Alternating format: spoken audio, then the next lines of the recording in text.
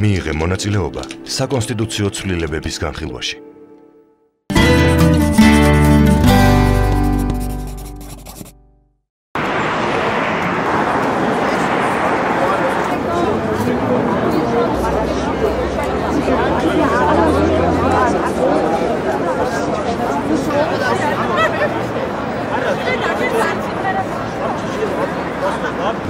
თებერვალი ნიშნავს საქართველოს ოკუპაციას რუსეთის მიერ, როდესაც ისევ ქართული ორჯონიკიძე შემოუწვა მე-11 არმიას და იუნკერებისა და ქართული სტუდენტების გვამებზე გადაერდა და ესე შემოვიდა საქართველოში.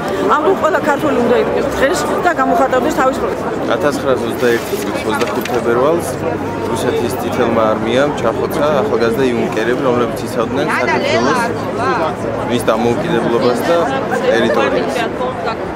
და ამას ვაპროტესტებთ. მე ვიყავი რუსული 955 დანომბრები ვიყავი. და გადასახლება შეიძლება სხვა იყო, გადასახლება ჩვენთან იყო 3-4 თავისუფლება იყო გადასახლება. ეს იყო ანტიქრისტეს მოვლინება იყო დედამიწაზე კომუნისტების მოსვლა. რომელსაც ძალიან ბევრი ჯერ არ აღიარებს და მართლმადიდებელი ეკლესია არ აღიარებს ჯერჯერობით ამას. არის ახსნა სახარებისეული კომუნისტების მოსვლის დღეს მაგალითად სასამართლოში გიგი უგულავას ესვრიან ქვებს.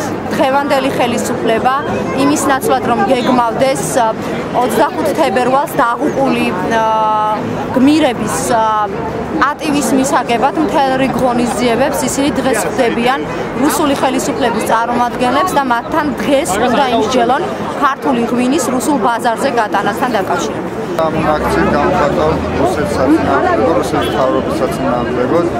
არ მინდა რომ ჩემ ქვეყანაში უცხო ხალხი ბატონობდეს და ჩემი ტერიტორია დაპყრობილი გქონდეს უცხო ადამიანს. ის არის სტუმარია, ის არის დამხრობელი.